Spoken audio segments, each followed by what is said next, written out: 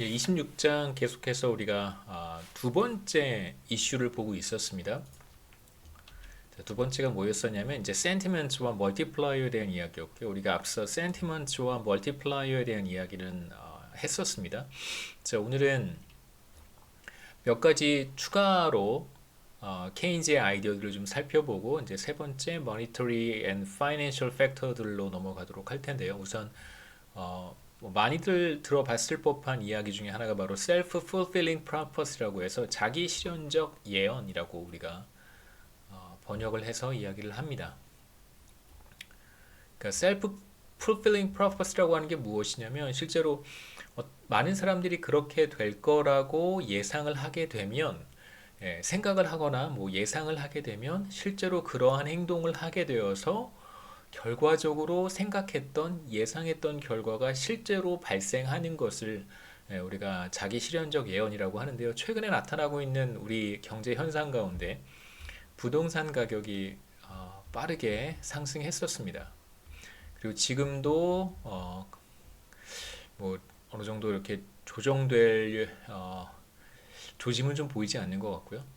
예를 들면 이런 것입니다. 부동산 가격이 상승할 것이다. 계속해서 상승할 것이다라고 많은 사람들이 생각을 하게 되면 실제로 사람들이 부동산을 구입하려고 할 것이고요. 예를 들면 뭐 집이 없는 사람이든 혹은 뭐 전세를 사는 사람들이 이제 뭐 주택을 구입하는 그렇게 한다든가 이런 형태로 그래서 부동산 가격이 오를 거라고 예상을 해서 사람들이 그러한 행동을 취하게 되면 결과적으로 부동산 가격이 상승하게 되는 그런 모습을 우리가 최근에 이제 계속해서 보고 있는데요. 우리가 지금 여기에 적용해 볼 수 있는 스토리는 이런 것입니다. 앞으로 경제가 좋지 않을 것이다. 예를 들어서 소비자들의 소비가 둔화될 것이다 라고 예상을 한다면 많은 기업들이 다수의 뭐 자영업자들이 앞으로 소비가 둔화될 것이다라고 예상을 한다면 실제로 생산을 줄이려고 할 것이고요. 그렇게 되면 이제 고용하고 있던 사람들의 근로 시간을 줄인다든가 혹은 뭐 필요하다면 해고를 한다든가 정리해고를 한다든가 여러 가지 이제 노동력을 줄이는 의사결정을 하려고 할 것이고 이 과정에서 이제 실제로 레이버 디맨드가 위축돼서 실제로 우리가 봤던 그림에서와 마찬가지로 이제 노동 수요 곡선이 이렇게 안쪽으로 이동하는 그런 현상이 실제로 나타나게 되고 그렇게 되면 일자리를 잃어버렸거나 아니면 이제 근로 시간이 줄어든 사람들의 경우에는 소득이 줄어들 테니까 결과적으로 소비가 줄어들게 되어서 소비가 둔화될 것이라고 예상을 하면 실제로 소비가 둔화가 되는 그런 결과가 초래가 될 수도 있습니다. 그러니까 물론 이제 우리가 항상 언제나 어떤 상황에서 모든 상황에서 self-fulfilling prophecy를 경험하게 되는 것은 아니고요. 저는 개인적으로 그렇게 생각합니다. 물론 이제 그런 요소들이 없는 것은 아니지만 실제로 데이터가 있고 정보가 항상 새로운 정보가 업데이트 되기 때문에 그냥 뭐 단순히 어떤 상황의 변화라든가 어떤 인식이라든가 예상의 변화 이런 것들로 인해서 사람들의 행동이 크게 바뀌고 그것이 그대로 실현된다고 하는 자기 실현적 예언이라고 하는 현상이 경제 내에서 매우 빈번하게 발생한다고 생각하지는 않습니다. 개인적으로는 그렇고요. 이제 다만 좀 우려스러운 것은 실제로 이제 어떤 정부가 들어서느냐에 따라서 한국 같은 경우에 어떤 정부가 들어서느냐에 따라서 굉장히 이 self-fulfilling prophecy에 대한 정도를 조금 다르게 생각하는 것 같아요. 그러니까 지금 현 정부 같은 경우에는 이 self-fulfilling prophecy를 굉장히 중요하게 생각한다는 느낌을 많이 받습니다. 그렇기 때문에 전에도 말씀드렸지만 경기 침체 상황에 들어갔음에도 불구하고 리세션이라고 얘기를 하지 않는 경우를 우리가 볼 수 있고요. 예를 들면 이런 것이죠.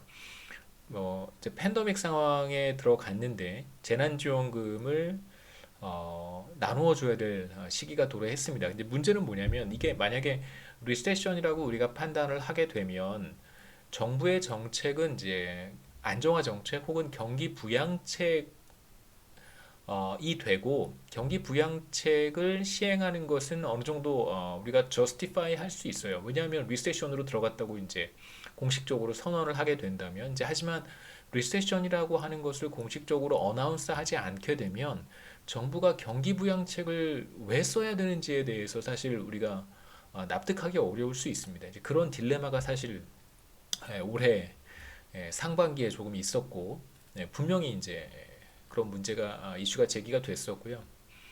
그 다음에 뭐 하나 또 생각해 볼 수 있는 것은 뭐 주택 시장 같은 경우, 부동산 시장 같은 경우에도 계속해서 정부가 그 이 self fulfilling prophecy를 약간 그러니까 반대 방향으로 뭐 반대 방향으로 생각하는 것 같다는 느낌. 그러니까 실제로 시장에서 self fulfilling prophecy가 어느 정도 작용하고 있다는 생각이 들고요.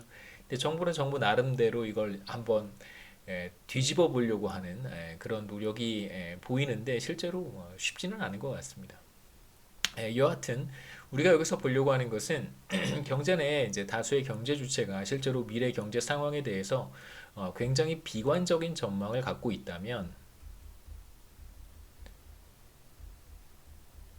그렇게 된다면 사람들의 행태가 그러한 어떤 그 비관적인 전망을 기초로 해서 행동을 하게 되고 그런 행동의 결과로 경제에 실제로 비관적인 상황이 초래가 될 수 있다고 하는 게 이제 바로 자기 실현적 예언이라고 우리가 이야기할 수 있습니다. 소비자들이 앞으로 경제 상황이 나쁠 것이라고 생각한다면 소비를 줄이고 뭐 나름 이렇게 예비적 동기, 그러니까 precautionary saving 같은 형태의 이제 저축을 늘리려고 하는 선택을 할 수 있고요. 그렇게 되면 뭐 재화라든가 서비스의 구매를 줄이게 되고 뭐 자동차 구입을 계속해서 연기한다든가 이제 올해 예를 들면 평상시 같았으면 올해 자동차를 구입을 했었을 사람들이 경제 상황이 좋지 않으니까 자동차 구입이라든가 가전제품 구입 같은 것을 이제 뭐 내년으로 연기한다든가 이제 이런 의사결정을 할 수 있다는 것이죠. 자, 그렇게 되면 이제 기업들도 소비자들의 소비가 둔화되니까 기업들은 이제 투자를 줄이려고 할 것이고요. 뭐 예를 들면 가전제품이라든가 자동차를 생산해 봐야 재고가 쌓일 거라고 예상을 하겠죠. 소비자들이 소비를 줄이기 때문에 소비가 둔화되면 자연스럽게 재고가 늘어나기 때문에 기업들도 생산을 줄이는 그다음에 뭐 투자를 줄이는 그런 의사결정을 하게 됩니다. 그래서 결과적으로 투자를 줄이고 생산량을 줄일 테니까 기업 측면에서의 이러한 의사결정은 실제로 노동 수요를 위축시키겠죠. 노동 수요가 줄어들어서 우리가 지금 보고 있는 노동 수요 곡선이 왼쪽 좌측으로 이동하게 되고 결과적으로 노동 수요가 감소함에 따라서 일자리를 잃어버리거나 혹은 근로 시간이 줄어든 사람들이 경제 내에 점점 많아진다면 그렇다면 이 사람들은 소득이 줄어들기 때문에 실제로 소비가 줄어드는 그런 현상이 나타나게 됩니다. 그 다음에 이제 케인즈가 얘기했던 마지막 이야기 중에 하나가 바로 총수요 부족, 그러니까 aggregate demand가 부족한, 그러니까 lack of aggregate demand라고 우리가 얘기를 하는데요. 총수요 부족 사태, 부족 현상과 그래서 이러한 현상으로 인해서 어떠한 결과가 초래될 수 있냐면 경기 침체가 장기화될 수 있다. 장기 경기 침체. 경기 침체가 더 심해지거나 혹은 이게 굉장히 장기간에 걸쳐서 경제가 회복되지 못한다면 이제 우리가 이러한 현상을 Great Depression, Depression이라고 부르기도 하고요. 이제 과거에 100여 년쯤 전에 미국과 유럽 경제가 겪었던 특히 이제 미국에서 극심하게 나타났던 대공황을 이제 우리가 Great Depression이라고 부릅니다. 그래서 장기 경기 침체로 이어질 수 있다고 보는 것이죠. 실제로 이제 케인즈의 아이디어는 무엇이었었냐면 그 Great Depression이라고 하는 현상이 왜 나타났는가? 실제로 이제 총수요 부족에서 비롯되었다라고 이제 생각을 했던 것입니다. 그 총수요가 뭐냐면 경제 전체의 전반적인 재화와 서비스에 대한 수요라고 할 수 있는데 조금 더 간단하게 생각해 볼 수 있는 것은 이제 민간 소비 지출 우리가 지출 측면에서의 GDP를 살펴볼 때 민간 소비 지출과 그 다음에 기업의 투자, 그 다음에 정부 지출, 순수출 뭐 이런 것들을 이야기를 했었습니다. 이제 우리가 뭐 순수출까지 생각하면 조금 복잡해지니까 이런 것들은 좀 제외하고요.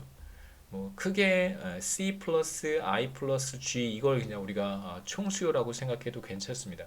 그러니까 민간 부분에 가계나 소비자들의 이제 소비가 늘어나면 총수요가 늘어난다라고 우리가 이야기를 하고요. 그다음에 이제 어떤 평균적인 수준보다 투자도 마찬가지입니다. 평균적인 수준보다 늘어난다면 그렇다면 이제 투자가 늘어나고 총수요가 확대된다. 마찬가지로 정부가 정부 지출을 늘리면 총수요가 늘어난다 혹은 총수요가 확대된다 이렇게 얘기를 하는데요. 실제로 만약에 총수요가 크게 위축된다면 물론 이제 총수요의 구성 요소 가운데 하나가 바로 기업의 투자이기도 합니다만 여기 이제 총수요를 구성하는 요소 중에 중요한 컴포넌트 하나가 바로 투자이기도 하잖아요. 그런데 뭐 소비 측면에서의 어떤 총수요 부진이 굉장히 심각하다면 애그리게이트 디맨드가 굉장히 많이 위축된다고 한다면 소비 측면에서 비롯된 그럼 당연히 이제 기업들은 투자에 대한 의사결정을 미루거나 아니면 이제 투자를 줄이는 그런 의사결정을 하게 됩니다. 결과적으로 계속해서 얘기하고 있는 노동 수요 곡선이 이제 좌측으로 혹은 안쪽으로 이동하게 되는 현상이 나타나게 되겠죠. 케인즈가 생각했던 대공황의 어떤 근본적인 원인이라고 한다면 사실 이건 조금 철학적인 그 접근법에 있다고도 생각을 하는데요. 케인즈가 이야기하기 전까지는 사실상 어, 그 공급 측면에서의 경제를 더 중요하게 생각했었습니다. 그러니까 생산과 공급 측면에서의 경제를 더 중요하게 생각했었어요. 그러니까 생산되면 그것은 다 소비가 된다. 그러니까 공급하면 시장에 공급이 되면 그것은 다 소진이 된다라고 하는 이제 공급 측면 혹은 생산 측면에서의 경제학이 사실 이제 주류였었고요. 근데 지금 그 대공황 시기에 문제가 됐던 것은 뭐냐면 그러니까 사실상 소비자들이라든가 이제 기업들이 소비를 하지 않고 투자를 하지 못하는 그러한 상태가 상당히 오랫동안 지속이 됐기 때문에 이전까지 사람들이 가지고 있었던 생산 측면에서의 경제, 어떤 공급 측면에서의 경제라고 하는 어떤 철학이 사실 무너져 버린 중요한 사건이기도 했었습니다. 그래서 이제 케인즈는 반대 입장에서 거시 경제를 바라본 것이죠. 수요 측면에서 수요가 부진한 상황이 굉장히 오래 지속이 된다면 이것이 이제 장기적인 경기 침체 상황으로 이어질 수 있다라는 이야기를 사실 한 것입니다. 그리고 이러한 어떤 그 총수요의 위축이 우리가 앞서 봤던 승수효과라든가 혹은 이제 자기 실현적 예언, self-fulfilling prophecy와 같은 것들에 의해서 더 악화될 수 있는 것이죠. 예. 그러니까 어떤 부정적인 충격이 거시경제 내에 왔습니다. 그래서 소비자들이 소비를 조금 줄이고 기업들이 이제 투자를 줄이기 시작했는데 이것이 이제 걷잡을 수 없이 막 증폭이 되는 것이죠. 충격이 증폭이 되고 그 다음에 사람들이 가지고 있는 기업들이 가지고 있는 미래의 전망, 미래에 대한 전망이 훨씬 더 비관적이 되면서 사람들의 행동이 달라지게 되고 그러한 행동의 결과 비관적인 경제 전망이 더욱더 비관적인 결과로 나타나는 self-fulfilling prophecy가 실제로 실현되는 그런 현상들을 우리가 대공황 시기에 예를 통해서 볼 수 있습니다. 그래서 이러한 과정에서 장기 경기 침체 혹은 뭐 대공황을 극복할 수 있는 어떤 사실상 유일한 방법이 있다면 바로 이제 정부의 정책이라고 하는 것이고요.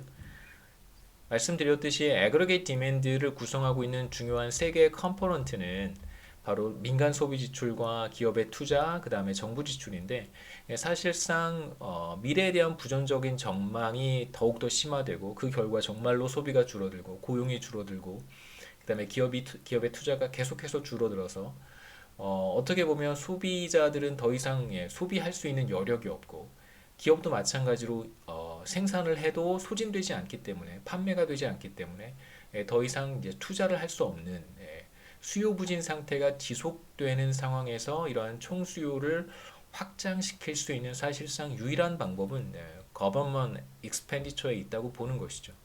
그래서 G를 늘려서 총수요를 늘릴 수 있다라고 이제 케인즈는 생각했던 것입니다. 그래서 총수요를 확대할 수 있는 중요한 어떤 키를 정부가 가지고 있다라고 봤던 것입니다. 그래서 정부 지출을 늘리는 형태의 정책을 이제 총수요 확대 정책이라고 우리가 부르기도 해요. 그러니까 정부의 어떤 재정 정책이라고, 그러니까 fiscal policy라고 이제 일반적으로 부르기도 하고, 또는 이제 총수요 확대 정책 뭐 혹은 확장적 재정 정책 뭐 이런 여러 가지 표현들을 써서 이제 이야기를 하는데 대체로 다 의미하는 바는 같습니다. 총수요 확대 정책.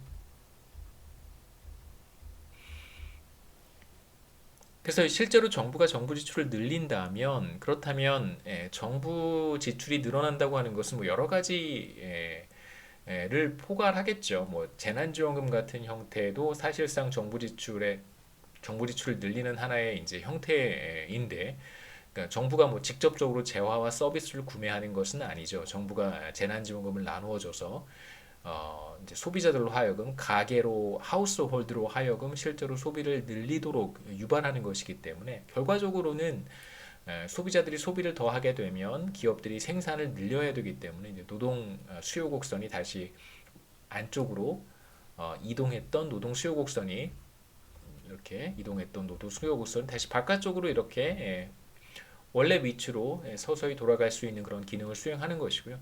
실제로 정부가 시장에서 재화와 서비스를 직접 구입할 수도 구매할 수도 있습니다. 예를 들면 정부가 직접 뭐 다리를 건설한다든가 뭐 필요한 곳에 고속도로라든가 혹은 뭐 지하철을 건설한다든가 뭐 실제로 정부가 직접 하지는 않습니다만 현재는 대체로 뭐 기업들 건설사들이 많이 있으니까요. 뭐 삼성물산이라든가 혹은 뭐 두산건설이라든가 뭐 그다음에 GS건설 이런 이제 굴지의 큰 기업들이 있기 때문에 그 기업들이 대부분 다 이런 그뭐 고속도로나 철도라든가 이런 교량 뭐 이런 건설 공사 이걸 보통 SOC라고 이야기를 하는데요. 그 소셜 오버헤드 캐피탈이라고 해서 SOC 프로젝트들은 대부분 다 민간 기업들이 수행을 합니다만 이제 정부가 직접적으로 만약에 이러한 사업에 들어간다면 그러니까 한국도로공사가 예전에는 고속도로 건설을 이제 직접 하기도 했었는데요. 지금은 주로 관리하는 입장에 있지만 만약에 정부가 직접 뭐 이렇게 시장에 들어가서 재화와 서비스를 구매한다면 결과적으로는 이제 노동 수요 곡선이 바깥쪽으로 이동하게 되는 그런 결과가 나타날 것입니다. 그래서 우리는 뭐 27장까지 시간 제약상 가지는 못하겠지만 뭐 여러분 관심 있는 학생들은 다음 챕터죠. 27장 읽어보시면 이제 정부의 정책들, 특히 재정 정책이 어떠한 형태로 경기를 안정화시킬 수 있는지 보실 수 있을 것입니다.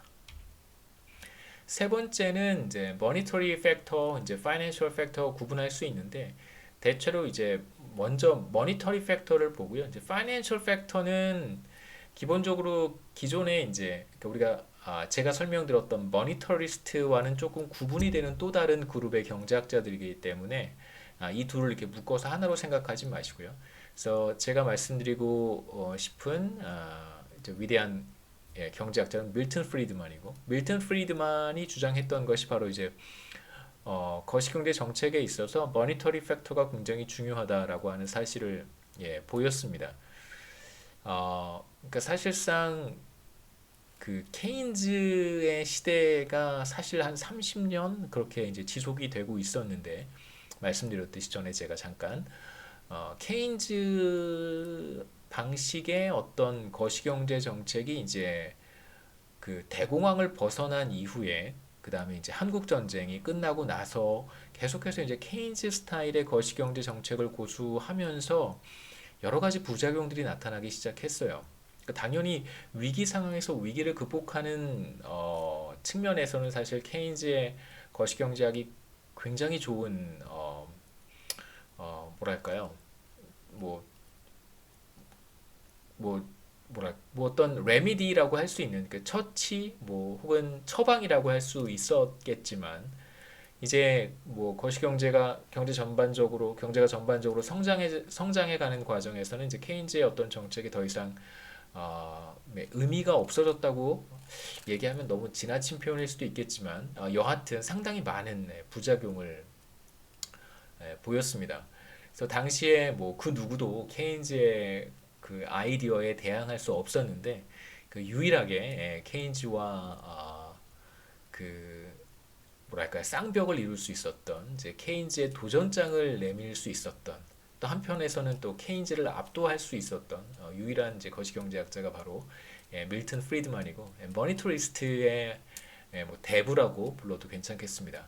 그래서 밀턴 프리드만이 등장하고 이제 밀턴 프리드만과 이 사람과 이제 비슷한 시각, 그다음에 비슷한 견해, 뭐 같은 생각을 공유하고 있는 다수의 거시경제학자들이 이제 뭐랄까 카운터 어택에 나선 것이죠. 기존에 이제 케인즈 거시경제학이 어떤 문제가 있었고 어떤 부작용이 있고 여러 가지를 이제 분석을 하고 다양한 현상들을 설명하고 그다음에 다양한 이론들을 제시를 하면서 새로운 이제 거시경제학의 그 패러다임을 바꾸는 그런 사건들이 밀턴 프리드만 이후로 여러 차례 나타나게 됩니다. 여기서 이제 밀턴 프리드만이 생각했던 굉장히 중요한 요소는 사실 통화량의 관리라고 할 수 있는데요. 통화량을 잘 관리해야 한다는 것이 밀턴 프리드만의 주된 여러 가지가 있어요. 여러분 밀턴 프리드만의 책이 몇 권이 있는데 저는 지금도 가끔 이제 밀턴 프리드만이 굉장히 자유주의 그러니까 리버럴한 경제학자입니다. 그러니까 뭐랄까요?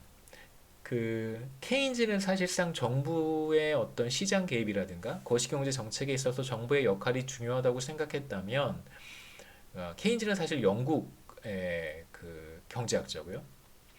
그 다음에 밀턴 프리드만은 그것과는 굉장히 좀 대조적인 그런 경제학자예요. 굉장히 자유주의자라고 할 수 있습니다. 그래서 정부의 시장 개입이 오히려 자원 배분을 왜곡할 수 있고 잘못된 어떤 정부의 정책들이 오히려 우리가 원하는 결과를 얻지 못하게 만드는. 그래서 밀턴 프리드만의 책이 몇 권 있는데 그 책들 중에 어떤 책은 뭐 대체로 거시경제학에 대한 책이긴 하지만 또 어떤 책들은 무슨 교육에 대한 비판도 굉장히 막 교육 정책에 대한 비판도 했고 뭐 다양한 그 재분배 정책에 대한 비판도 했고 다양한 관점에서 다양한 경제 이슈들을 뭐 여러 가지 예, 다루기도 했습니다.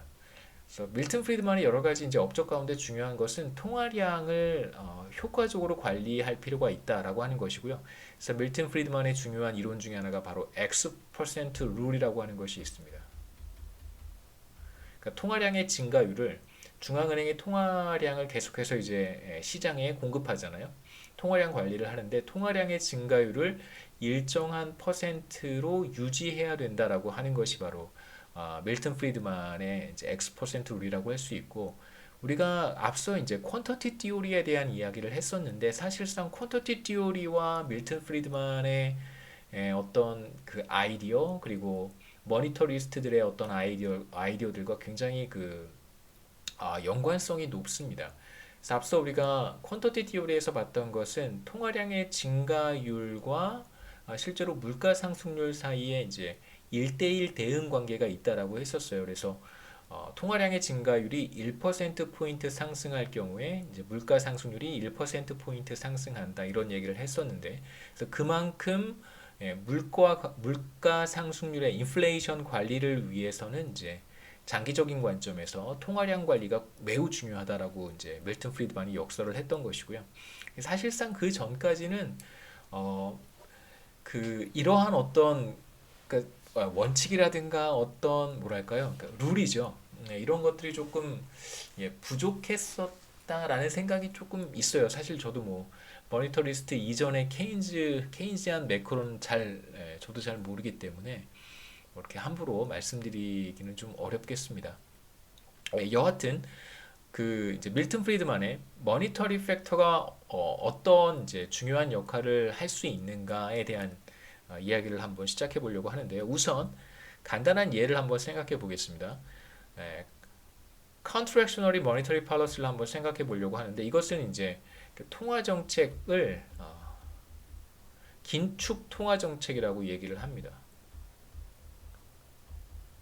그러니까 긴축적인 통화 정책과 확장적인 통화 정책이 있는데요. 그러니까 시장에 유동성을 많이 공급하는 거, 혹은 이제 통화량을 늘리는 형태의 정책을 확장적 통화 정책이라고 보통 표현을 하고요. 반대로 이제 시장의 유동성을 흡수하는 형태의 통화 정책을 긴축적 혹은 뭐 긴축 통화 정책이라고 표현을 합니다. 그래서 실제로 시장의 통화량을 흡수하려면 경제 내의 통화량을 흡수하려면 공개시장 조작 정책을 수행하게 되고 이 경우에는 이제 국채를 판매하면 되겠죠. 국채를 셀링함으로써 그러니까 금융기관, 시중은행이라든가 금융기관에 국채를 파는 것이요. 파는 것이요. 중앙은행이. 그렇게 되면 이제 그것에 대한 반대급부로 통화량을 흡수하게 됩니다. 그 대표적인 Contractionary Monetary Policy라고 하고요. 이 경우에는 이제 시장의 통화량이 줄어들게 돼요. 이러한 경우를 한번 생각해 보려고 하는데 앞서 우리가 퀀터티 티오리를 생각해 보면 퀀터티 티오리에서는 통화량이 줄어들게 되면 물가가 하락한다고 얘기를 했고 통화량이 늘어나면 물가가 상승한다고 이야기를 했습니다. 그래서 퀀터티 티오리는 대체적으로 항상 성립하는 것은 아니지만 대체적으로 성립하기 때문에 그러니까 제 말은 언제나 어디서나 항상 성립하는 것은 아니지만 대체로 통화량이 늘어날 때 물가가 상승하고 통화량이 줄어들 때 물가가 하락하는 현상은 나타납니다. 대체로 한 10번 중에 한 최소한 7, 8번 이상은 나타난다는 뜻입니다. 자, 그렇게 되면 이제 통화량이 줄어들 때, 그러니까 공개시장 조작 정책에서 국채를 중앙은행이 시중은행이라든가 금융기관에 판매를 하게 되면, 그러면 이제 당연히 유동성이 중앙은행 쪽으로 흡수가 되겠죠. 그럼 통화량은 줄어들게 되고, 결과적으로 물가가, 프라이스입니다. 물가가 하락하게 되는 현상이 나타날 거예요. 자, 그런데 우리가 여기에서 주목해야 되는 것은 계속해서 임금은 경직적이라고 가정을 하겠습니다. 특히 명목임금이 경직적이다라고 가정을 하죠.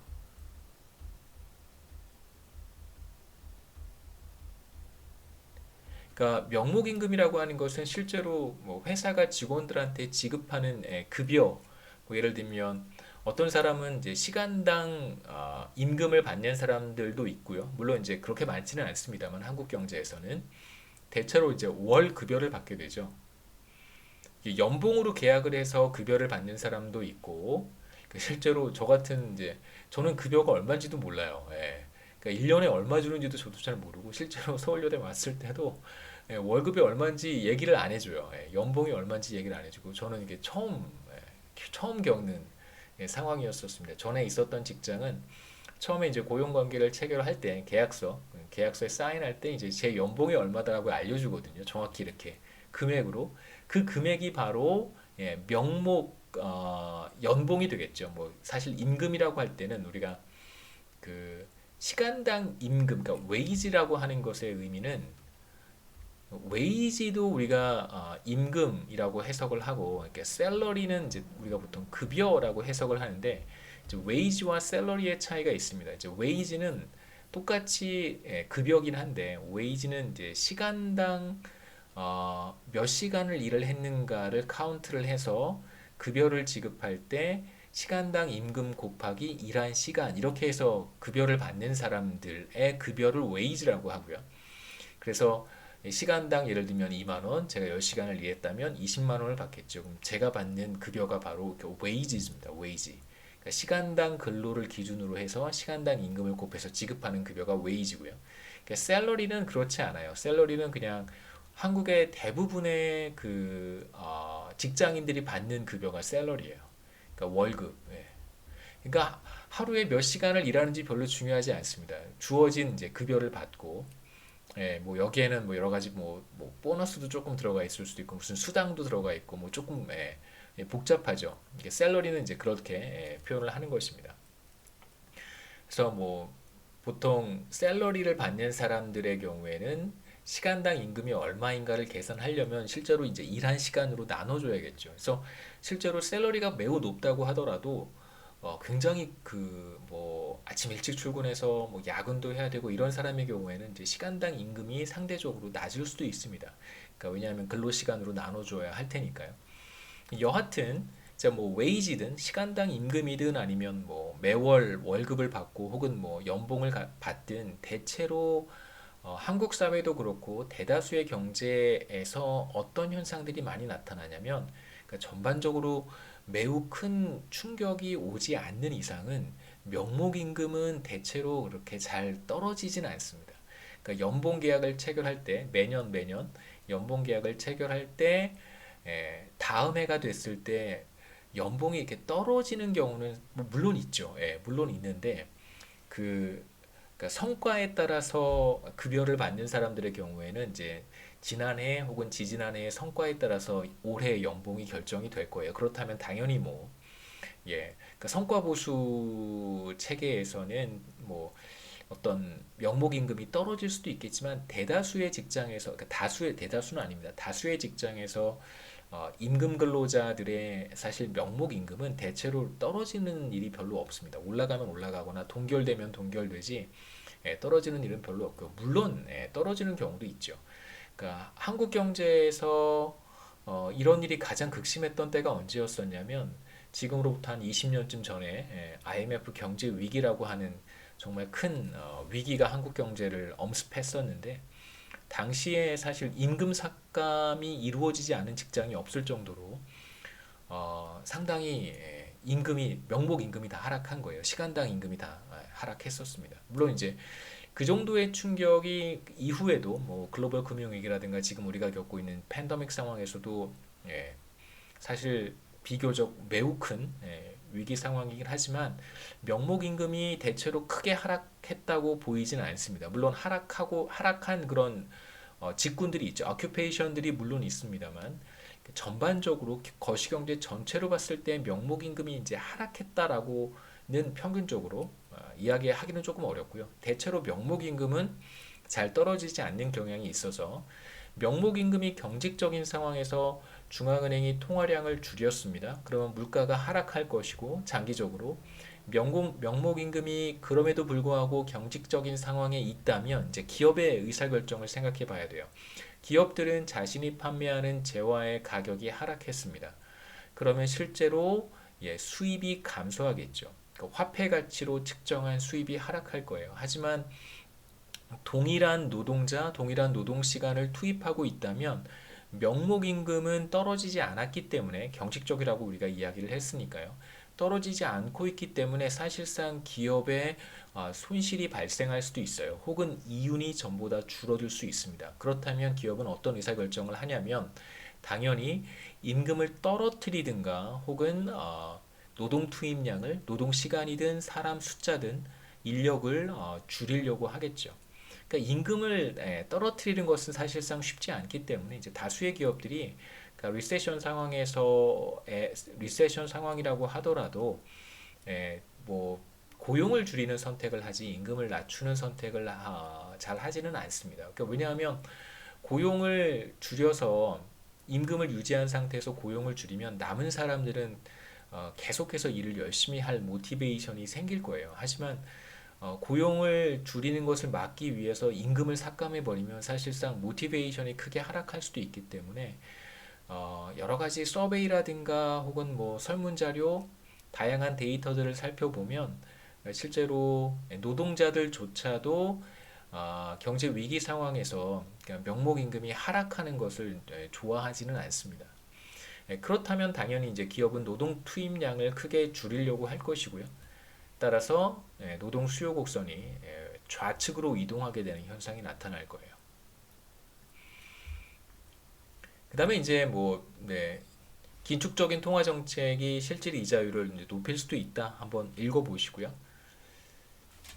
그래서 머니터리스트들, 그 다음에 뭐 밀턴 프리드만 이런 사람들이 생각했던 것은 통화 정책이라고 하는 것이 명목 임금이 경직적인 상황에서는 사실상 실물 부분에 상당히 큰 영향을 미칠 수 있다라고 봤던 것입니다. 통화 정책을 통해서 실물 경제에 영향을 미칠 수 있다고 본 것이죠. 그래서 만약에 긴축적 통화 정책을 시행하게 되면 가격이 하락하고 반면에 명목 임금은 떨어지지 않기 때문에 기업들은 노동 투입량을 줄일 것이고요. 경제 전체의 노동 수요가 감소하기 때문에 사실상 생산이 위축되고 리세션 상황이 초래될 수 있다라고 본 것입니다. 그 다음에 이제 한 가지 중요하게 말씀드리고 싶은 것은 뭐냐면요. 그럼에도 불구하고 사실 머니터리스트들, 그 다음에 뭐 밀턴 프리드만도 그렇습니다만, 이러한 명목 임금의 경직성이라고 하는 것이 그렇게 중요하다고 보지는 않았어요. 그래서 사실상 실무 명목임금 경직성이라든가 뭐 가격 경직성 우리가 뭐 여기서는 깊이 있게 보지는 않겠습니다만 이런 경직성이 있다면 그렇다면 통화 정책이 실물 경제에 영향을 미칠 수 있지만 대체로 이런 경직성이라고 하는 것이 크게 중요하다고 보지 않았기 때문에 어, 머니터리스트들의 관점은 이런 거예요. 그러니까 통화 정책이라든가 혹은 이런 그 머니라고 하는 것은 실물 경제에 대체로 영향을 미치지 못한다고 하는 게 굉장히 그 중요한 철학 가운데 하나이기도 했었습니다. 이어서 파이낸셜 팩터에 대한 이야기인데요. 뭐 우리가 10년쯤 전에 글로벌 금융 위기 당시에 봤던 몇 가지 현상들 중에 예, 금융 부문에 상당한 그 충격이 있었고 그래서 뭐 여러 금융기관들이 이제 부실화되는 그런 사태가 있었습니다. 근데 그렇게 되면 사실상 우리가 앞서 봤던 크레딧 마켓의 어떤 그 변화가 나타난 교란이라고 할 수 있겠죠. 크레딧 마켓의 교란 요인이 나타날 수 있게 되고 그림 잘못됐습니다. 최초의 균형이 이제 여기 상태였다고 한번 생각해 보시죠. 그래서 이게 크레딧에 대한 수요 곡선이고 크레딧에 대한 공급 곡선인데 그래서 이렇게 크레딧 마켓의 여러 가지 뭐 교란 현상 예를 들면 뱅크 페일리어라든가 여러 가지 파이낸셜 크라이시스가 나타난다고 한다면 그러면 이제 금융기관들이 상대 금융기관을 신뢰하지 못하는 문제가 발생합니다. 그러니까 부실 채권이 얼마나 많이 있는지를 알지 못하는 거예요. A라고 하는 은행이 B라고 하는 은행에게 이제 대출을 해주고 싶어요. 그런데 B라고 하는 은행에 부실 채권이 굉장히 많다면 부실 채권이라고 하는 것을 우리가 전에 우리은행 밸런스 시트에서 잠깐 살펴봤는데 B라고 하는 은행은 누군가에게 또 빌려줬을 거예요. 그거는 사실상 B라고 하는 은행의 자산이기도 합니다. 뭐 주택담보대출의 형태로 빌려줬을 수도 있고 기업들 투자하라고 이렇게 론을 뭐 줬을 수도 있을 거예요. 여러 가지 형태의 이제 뭐 대출을 시행을 했을 텐데 이러한 대출이 사실상 금융기관 B의 자산이지만 빌려간 소비자들이 그것을 상환하지 못하고 빌려간 기업들이 만약에 파산한다든가 그렇게 된다면 다시 돌려받을 수 있는 그런 방법은 없습니다. 이걸 A라고 하는 은행이 알 수가 없어요. B라고 하는 은행이 지금 경제 위기 상황에서 지금 얼마만큼의 부실 채권을 가지고 있는지 빌려준 돈을 몇 퍼센트나 돌려받을 수 있는지 모르는 상태이기 때문에 A라고 하는 은행이 B라고 하는 은행에게 대출을 해준다면 마찬가지로 물릴 수 있잖아요. B라고 하는 은행이 이 대출금을 상환하지 못하게 되는 상환 불능 상태에 빠질 수 있기 때문에 금융기관 A가 B라고 하는 은행에게 필요한 자금을 빌려주려고 하지 않을 수 있습니다.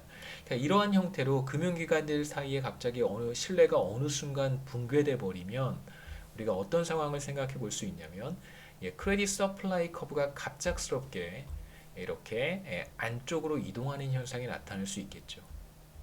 그러니까 신용 공급이 갑자기 확 줄어드는 거예요.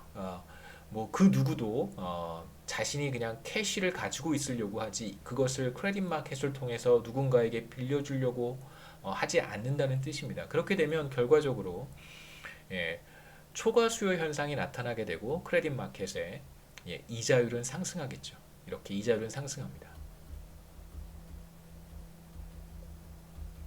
그러니까 이게 이제 우리가 금융 위기 상황에서 어떠한 현상들을 목격하게 되냐면 실제로 중앙은행은 우리가 앞서 봤듯이 미국 중앙은행이 Federal Funds Rate을 조절한다고 이야기를 했었습니다.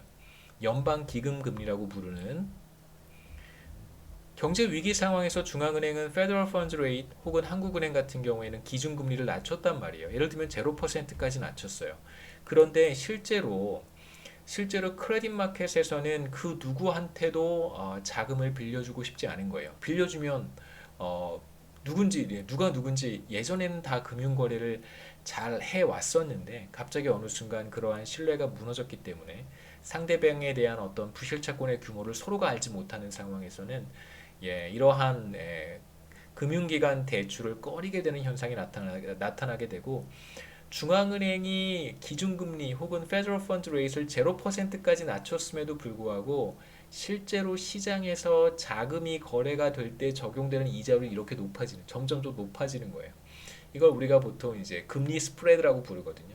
그러니까 경제 위기 상황에서는 이러한 이제 스프레드가 점점 확대되는 것입니다. 그러니까 왜냐하면 이 확대되는 요인은 간단한 거예요. 점차 더 많은 기업들, 더 많은 금융기관들, 더 많은 소비자들이 디폴트 할 가능성이 더 높아지니까 점차 빌려줄 수가 없어지는 것이고 빌려준다고 하더라도 전보다 훨씬 더 높은 이자율을 받으려고 하기 때문에 그런 것입니다. 경제 위기 상황에서 중앙은행은 계속해서 유동성을 공급하기 위해 기준금리 페더럴 펀드 레이트를 0%까지 낮췄음에도 불구하고 실제로 그러한 자금을 필요로 하는 기업 혹은 금융기관 B한테까지 가지 못하는 것이죠. 그러니까 B한테 자금을 빌려주려고 하는 다른 금융기관들이 사실상 존재하지 않거나 아니면 굉장히 높은 이자율을 요구하는 그런 상황이 벌어지게 되는 것입니다. 뭐 이런 식으로 크레딧 마켓에 여러 가지 교란이 나타난다고 한다면 실질 이자율이 높아졌습니다.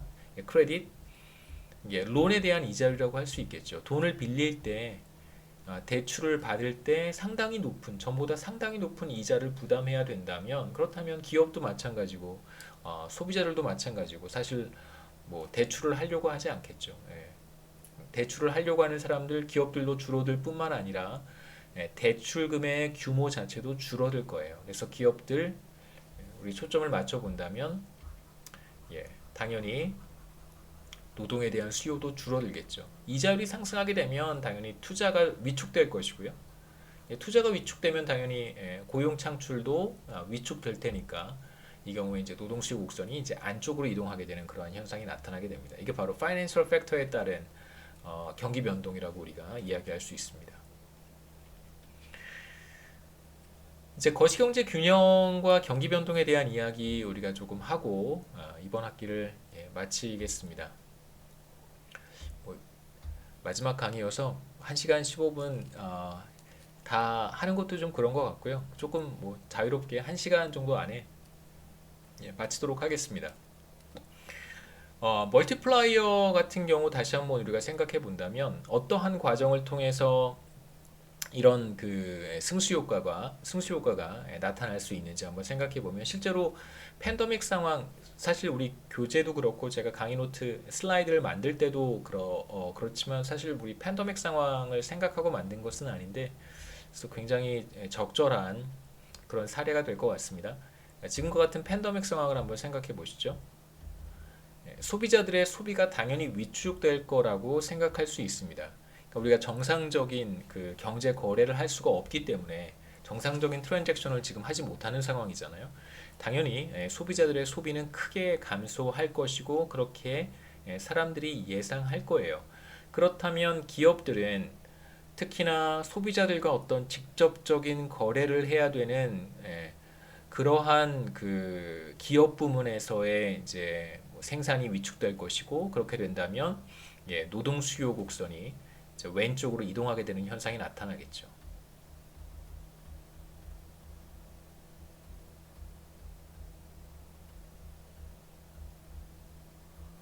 자, 그렇게 되면 실제로 일자리를 잃어버리는 사람들도 굉장히 많이 나타날 것이고, 그 다음에 한국 같은 경우는 이제 자영업의 비중이 비교적 높은 편이니까 자영업자들이 상당히 큰 어떤 소득 감소, 소득에 대한 손실 이런 것들을 이제 감수해야 되는 상황이 벌어졌습니다. 실제로.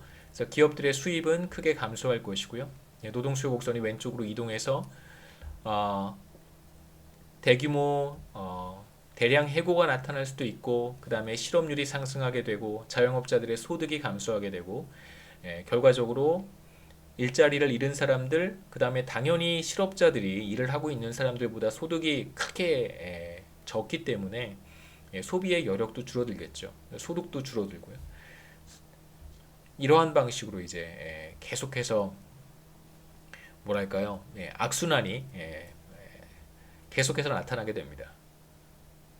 다시 소비가 줄어들게 되고 그렇다면 기업 부문에서 노동 수요가 줄어들게 되고 일자리를 잃은 사람들은 소득이 줄어드니까 다시 소비가 줄어들게 되고 이런 식의 어, 멀티플라이어 승수 효과가 계속해서 나타나게 됩니다. 그래서 이 그림을 통해서 우리가 승수 효과가 어떠한 형태로 경기 침체를 심화시킬 수 있는지 한번 생각해 볼 텐데요. 마찬가지로 임금이 경직적인 상황을 우리가 가정하고 있고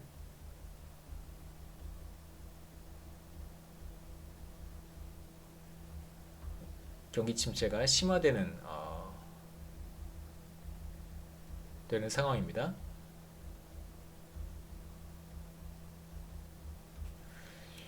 자, 우선 최초에 어떤 충격이 발생하기 전에 최초의 균형이 바로 1번 프리-리세션 상태였고요. 이때 이제 고용 수준이 한 이만큼 됐다고 한번 생각해 보시죠. 노동 수요 곡선은 이제 프리-리세션 상태에서 임금이 경직적이니까, 그러니까 만약에 우리가 지금 프리-리세션 상태의 균형에 있습니다. 그러면 이제 그때의 균형 임금이 바로 이만큼이 되겠죠. 이게 바로 균형 임금인데 이제 이 임금이 경직적이에요. 여기에서부터 임금이 더 떨어지지 않습니다. 우리가 그런 상황을 가정하는 것이고요. 이제 최초에 어떠한 충격이 발생했습니다. 바로 이제 팬데믹 상황을 우리가 생각해 보면 적절할 것 같은데요. 팬데믹 상태에서 기업들이 죄송합니다. 소비자들의 소비가 줄어들고 결과적으로 자영업자들 그다음에 기업들 노동 수요를 줄이는 과정에서 노동 수요 곡선이 이렇게 좌측으로 이동했습니다. 그럼 경제 전체로 봤을 때 고용은 여기에서 이렇게 줄어들겠죠. 그래서 바로 이 점이 바로 employment after shock but before multipliers라고 제가 부르고 교과서에서 부르고 저도 그렇게 부르고요. 여기에서 사실 끝나면 괜찮은데 앞서 말씀드렸듯이 앞에 그림에서 이제 우리가 이런 루프를 돈단 말이에요. 결과적으로 사람들은 일자리를 잃어버렸습니다. 그러면 소득이 크게 줄어들겠죠. 자영업자들도 마찬가지예요. 자영업자들도 사실상 그 영업 활동을 비즈니스를 하기 어려운 상태에 들어가게 되면 소득 감소가 굉장히 크기 때문에 이분들의 소비도 굉장히 크게 감소할 거예요. 자, 그렇게 되면 이 루프를 다시 돌아갈 테니까 소비는 더 많이 줄어들게 되고 소비가 더 많이 줄게 되면 경제 전체의 생산은 더 위축이 될 것이고 그럼 다른 기업들이 계속해서 노동 수요를 줄이는 그런 의사결정을 하게 됩니다. 그럼 결과적으로 노동 수요 곡선은 경제 전체로 봤을 때 노동 수요 곡선은 더 왼쪽으로 이동하게 되고요. 이게 바로 루프를 도는 결과, 돈 결과 나타나게 되는 그러한 새로운 균형이라고 할 수 있습니다. 그래서 마지막 맨 왼쪽에 있는 레이버 디맨드 커브가 바로 레이버 디맨드 애프터 멀티플라이어스고요. 승수 효과로 인해서 나타나는 노동 수요 곡선이라고 생각하시면 됩니다. 그러니까 승수 효과가 반영된 것이죠. 실현되는 노동 수요 곡선이에요. 사실상 가장 낮은 고용 수준을 기록하게 될 거예요. 그러니까 트로프 인플로이먼트는 이제 가장 고용 저점이라고 생각하시면 됩니다. 그러니까 GDP에서도 마찬가지로, 그러니까 GDP라고 하는 것이 뭐 다양한 뭐 자본 스탁이라든가 생산성이라든가 이제 고용에 의해서 결정이 되겠지만 뭐 다른 것들은 우리가 크게 신경 쓰지 말고요. 고용이 저점에 들어오게 된다면 뭐 대충 우리가 이야기한다면 GDP도 저점에 있다라고 얘기할 수 있겠죠. 이게 바로 우리가 지금 보고 있는 멀티플라이어의 승수 효과의 결과 나타나게 되는 경기 침체, 그 다음에 경기 변동이라고 볼 수 있고요. 조금 더 그림을 폭넓게 그려본다면 사실 앞에서는 이제 소비의 감소로 인한 노동 수요 위축, 그다음에 이것이 소득 감소와 다시 소비 감소로 연결되는 이제 멀티플라이어를 생각해봤고 승수 효과를 생각해봤고요. 우리가 이제 그림을 조금 더 컴플릿하게 만들어 본다면 기업들의 투자까지도 포함을 시킬 수 있습니다. 그러니까 소비가 감소하고 기업들의 투자가 감소하는 어떠한 충격이 발생했어요. 최초에 어떤 충격인지는 모르겠지만 그 충격이 발생해서 기업들이 전보다 투자를 조금 줄이고 소비를 조금 줄이기 시작했습니다. 바로 이게 팬데믹 상황이라고 생각하시면 되겠죠. 물론 사실 이제 팬데믹 상황하고 정확히 매치가 되지는 않을 거예요. 왜냐하면 지금 계속해서 또 확진자 숫자가 늘어나고 있어서 뭐 정확히 우리가 그렇게 어, 딱뭐 짜맞출 수 있는 뭐 그런 적절한 예는 아니겠습니다만 뭐 여하튼 조금 창의적으로 여러분 생각해 주셨으면 좋겠고요. 소비가 감소하고 투자가 감소하기 시작했습니다. 그렇다면 이제 기업들은 생산을 줄이려고 할 것이고요. 다른 기업들이 투자를 줄이고 있으니까 투자를 줄이지 않은 기업들에서는 어떤 의사결정을 하냐면 다른 기업들이 그 기업 간, 그러니까 B2B라고 해서 기업 간 거래도 굉장히 많이 한단 말이에요. 그러니까 기업은 소비자들만 상대로 하는 건 아니잖아요. 이제 어떤 기업은 기업들하고만 상대하는 기업들도 있습니다. 그러니까 도매업자들이 있고, 그다음에 중간 도매업자들이 있고, 그다음에 이제 소매업자들이 있고, 다 그런 여러 가지 이제 그 우리가 다양한 체인의 뭐 밸류 체인에 의해서 기업들이 다 얽혀 있기 때문에 반드시 모든 기업들이 소비자만을 상대로 하는 것은 아니죠. 다른 기업들의 투자가 줄어들었다라고 하는 것은 뭐냐면 기업의 투자가 줄어들었다라고 하는 것은 A라고 하는 기업의 투자가 줄었다라고 하는 것은 A와 비즈니스 관계에 있는 다른 기업들로부터의 재화와 서비스의 구매가 사실상 줄어든 거잖아요. 그러니까 물론 이제 한국 같은 경우에는 대외 의존도가 굉장히 높아서 외국에 있는 기업들로부터 뭐 재화와 서비스를 구매하는 경우도 상당히 많지만 국내 기업들도 당연히 생산을 줄여야 되는 의사결정을 할 것입니다.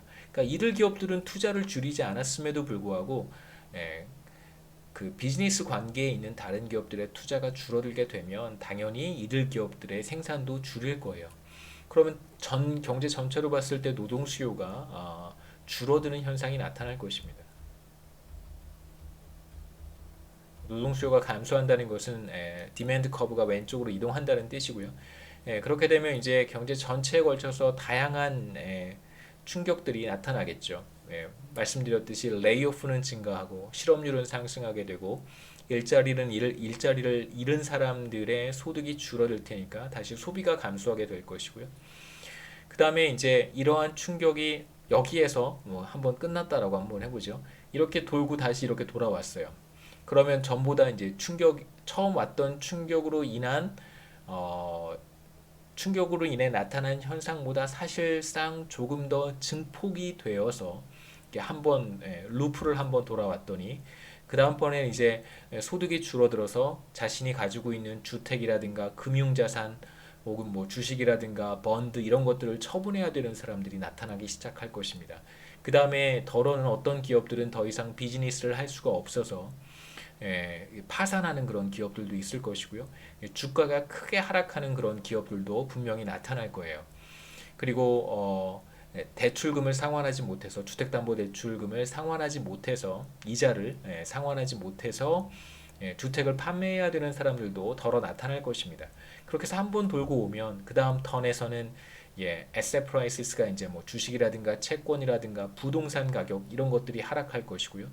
결과적으로 주택담보대출을 상환하지 못하는 이자를 상환하지 못하는 사람들이 늘어나면서 주택 압류가 들어가게 되는 현상도 나타나겠죠. 그러니까 디폴트가 상승한다라고 하는 것은 그러니까 이자라든가 원금을 상환하지 못하는 사람들이 많아서 이제 금융기관이 주택담보대출을 시행한 금융기관이 실제로 주택을 예, 저당권을 설정했으니까 가져가게 되는 이제 압류라고 보통 우리가 표현하는데요. 그냥 채권 설정하는 것이죠. 가져가게 되는 그런 현상이 나타날 것이고요. 심지어는 그렇게 해서 한 번 또 돌고 오면 소비가 줄어들고 다시 기업들은 노동 수요를 더 줄이게 되고 더 많은 사람들이 일자리를 잃고 실업률은 상승하고 근근히 지금 모아놓은 저축도 다 소진하고 소득이 더 크게 감소하게 되면 그때는 파산하는 가게들도 나타날 거고요. 이제 기업들도 부도가 날 것이고 그 다음에 기업들의 부도로 인해서 부실 채권들이 자꾸만 들어가게 되면 대출을 시행해준 금융기관들조차도 부실화되는 금융기관 부실화 현상이 나타날 것입니다. 그럼 다시 또 이렇게 돌아서 그 충격은 전보다 더 커지겠죠. 어, 네, 지금 한 50분 조금 넘었는데요. 남은 내용들은 대체로 제가 지금 말씀드렸던 것과 크게 다르지는 않아서 우리가 이어서 보려고 하는 것은 뭐 시장의 어떤 메커니즘에 의해서 그러니까 리세션 경기 저점에 들어가기는 하지만 어떤 시장 자체의 교정 능력이 있으니까요. 예를 들면 뭐 기업들이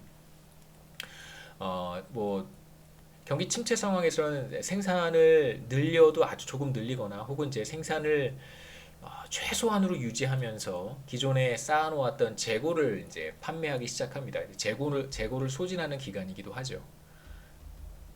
그러니까 기업들은 항상 재고를 일정 부분 비축을 해놔요. 왜냐하면 갑작스럽게 수요가 늘어나면 제가 판매하는 재화와 서비스에 대한 수요가 늘어나면 이제 쌓아놓았던 재고를 풀어서 수요를 어느 정도 충족시키기도 하고 그 다음에 이제 리세션 상태에 들어가게 되면 그 생산량을 줄이면서 비축해놨던 재고들을 이제 조금씩 소진해 가겠죠. 그래서 경제가 리세션 상태에 계속 들어가 있으면 뭐 그렇다고 해서 전혀 안 팔리는 것은 아니고요. 물론 전혀 안 팔리는 기업들은 사실상 파산하거나 시장에서 퇴출될 수도 있겠지만 계속해서 어느 정도 수요가 있는 그런 기업들은 생산량을 최소한으로 그러니까 가동률을 최소한으로 유지하면서 비축해 놓은 재고를 소진해 갈 거예요. 그렇게 해서 이제 재고가 어느 정도 다 소진이 되면 그때부터는 이제 생산량을 늘리기 시작하겠죠. 그럼 이제 자연스럽게 경제가 조금씩 회복해 가는 모습을 우리가 실제로 체감할 수 있는 것입니다. 그러면 이제 다시 기업들이 가동률을 높이게 되고 뭐 예를 들면 줄였던 고용을 다시 늘려서 더 많은 노동자들을 채용한다든가 혹은 기존의 노동자들의 근로 시간을 늘려서 생산을 늘리는 자연스럽게 이제 회복 국면으로 들어가게 되는 현상이 나타나게 됩니다. 그게 이제 첫 번째 우리가 살펴볼 수 있는 어떤 시장의 메커니즘에 의해서 마켓 포스에 의해서 경제가 다시 이렇게 리세션으로 들어갔다가 리커버리 국면으로 다시 이렇게 돌아가는 것이죠. 그렇게 나타날 수도 있고 몇 가지 제가 적어 봤는데요. 그 다음에 경기 침체 상황에서 계속해서 소비자들이 내구재 소비를 미룰 수 있어요. 아까도 말씀드렸지만 자동차 소비라든가 자동차 구입이라든가 비교적 비싼 고가의 가전제품들, 뭐 냉장고 굉장히 비싸더라고요. 냉장고, 그 다음에 세탁기라든가 뭐 그러한 등등등 비교적 가격이 조금 높은 그런 이제 내구재들의 소비를 계속해서 밀어온단 말이에요. 리세션 상태에서는 소득 상실이 있는 사람들도 많고 경기가 전반적으로 침체되기 때문에 또 자신한테 어떠한 부정적인 충격이 올 수도 있잖아요. 많은 소비자들이 항상 그걸 준비하고 있어야 되기 때문에 비교적 목돈이 나가는 그런 지출을 미루고 있다가 다시 이제 경기가 바닥을 치게 되면 조금씩 소비가 늘어나게 되고 사람들이 자동차 구입이라든가 가전제품 구입을 시작하게 됩니다. 이제 미뤘던 소비를 더 이상 미룰 수 없는 시점에 온 사람들도 분명히 있지 않겠어요. 이제 그런 사람들이 이제 소비를 하게 되면서 스마트폰도 마찬가지고요. 다양한 뭐 일렉트릭 디바이스 같은 경우에도 이제 경기가 조금씩 회복되는 국면에 들어가게 되면 미루던 사람들이 소비를 하기 시작하면서 다시 그 회복 국면이 조금 더 가속화될 수 있다는 뜻이고 그렇게 되면 이제 노동 수요 곡선이 기업들의 생산이 늘어날 테니까요. 비교적 재고는 다 소진했고 추가로 생산이 필요한 상황에서 소비자들의 소비도 늘어날 테니까 이제 생산을 더 늘리고 노동 수요 곡선이 이제 바깥쪽으로 조금씩 이동해가는 이제 현상이 나타날 것입니다. 이제 그런 것들 제가 정리해 놓은 것이고 그 다음에 이제 두 번째로 노동 수요 곡선이 바깥쪽으로 이동하게 되는 두 번째 어떤 force라고 한다면 그것은 이제 정부가 안정화 정책을 시행하기 때문에 그런 것이죠. 확장적인 정부의 정책, 뭐 통화 정책, 재정 정책 둘 다 생각해 볼 수 있습니다. 머니터리 팔러시가 통화 정책이고요. 피스컬 팔러시가 재정 정책입니다. 그래서 정부의 안정화 정책으로 인해서 노동 수요 곡선이 더 바깥쪽으로 이동할 수 있겠죠. 정부의 정책. 통화 정책 우리가 생각해 볼 수 있고요. 뭐 당연히 중앙은행이 Federal Funds Rate라든가 기준금리를 인하하게 되면 금리가 떨어지면 물론 아까 말씀드렸던 이제 파이낸셜 크라이시스 상황에서는 이제 크레딧 서플라이가 크게 감소하면서 실제로 대출 이자율이 높은 수준에서 유지가 되는 상태가 10년 전에 실제로 나타났었어요. 그래서 이 스프레드가 확 벌어지는, 그러니까 보통 이제 스프레드를 여러 가지로 우리가 부르기도 하는데, 여기에서 말씀드린 스프레드라고 하는 것은, 금리 스프레드라고 하는 것은 중앙은행의 어떤 정책 금리, 기준금리나 페더럴 펀드 레이트와 시장에서 실제로 대출이 이루어지는 그러한 금리 사이의 차이를 보통 스프레드라고 얘기를 합니다. 근데 이 스프레드가 크게 벌어지는 상황이 이제 10여 년 전쯤에 나타났었고요. 대체로 경제 위기 상황에서 중앙은행이 금리를 인하하게 되면, 그럼 이제 시장 금리도 그것에 따라서 맞춰서 조정이 되기 때문에, 금융시장이 굉장히 이상하게만 작동하지 않는다면 순차적으로 금리가 이렇게 인하가 돼서 기업들이 필요한 자금을 빌릴 때 적용되는 이자율도 떨어질 거예요. 이제 그렇다면 기업들의 투자가 늘어날 수 있고, 가계 부문에서의 이제 소비도 늘어나겠죠. 이자율이 보통 떨어진다라고 하는 것은 현재 소비가 상대적으로 싸졌다라고 하는 것을 의미하기 때문에 이제 소비자들의 소비도 늘어나게 됩니다. 그게 바로 통화 정책의 역할이고, 이러한 과정에서 투자가 늘어나고 소비가 늘어나는 과정에서 이제 기업들의 노동 수요도 늘어나기 때문에 이렇게 그림에서 노동 수요 곡선이 이제 바깥으로 이동하겠죠. 그 다음에 이제 하나 두 번째로 생각해 볼 수 있는 것은 바로 피스컬 팔러시라고 하는 거였대요. 뭐 이건 아까도 잠깐 말씀드렸던 것처럼 정부가 이제 정부 지출을 늘리면 재화와 서비스에 대한 일종의 구매 형태로도 나타날 수 있기 때문에, 혹은 세금을 감면해주면 기업의 구매력도 늘어날 것이고, 가계 부문 소비자들의 구매력이 늘어날 테니까요. 세금을 깎아주거나 감면해주거나 혹은 돌려준다면, 그렇기 때문에 마찬가지로 기업들의 노동 수요 곡선이 바깥쪽으로 이동하는 현상을 우리가 예상해 볼 수 있습니다. 그래서 여기까지 하는 게 적절할 것 같고요. 그래서 26장 이야기는 이제 이렇게 마무리하고, 여러분 기말 시험 잘 보시고 한 학기 동안 고생 많으셨습니다. 그 강의실에서 여러분들 보면서 강의를 하면 더 저도 즐겁고 좋고, 여러분도 더 유익한 강의가 되지 않았을까 생각하는데요. 다음 학기 또 다른 과목에서 여러분들 뵐 수 있었으면 좋겠고, 경제학 과목을 여기에서 스탑하고 싶은 학생들도 경제학 원론이 여러분들 기억 속에 앞으로 경제학 과목을 더 듣지 않을 학생들도 분명히 있을 거라고 생각하는데요. 경제학 원론을 끝으로 경제학 원론이라는 과목이, 경제학이라는 과목이 여러분들에게 좋은 기억으로 남았으면 좋겠습니다. 한 학기 동안 고생하셨고, 이상입니다.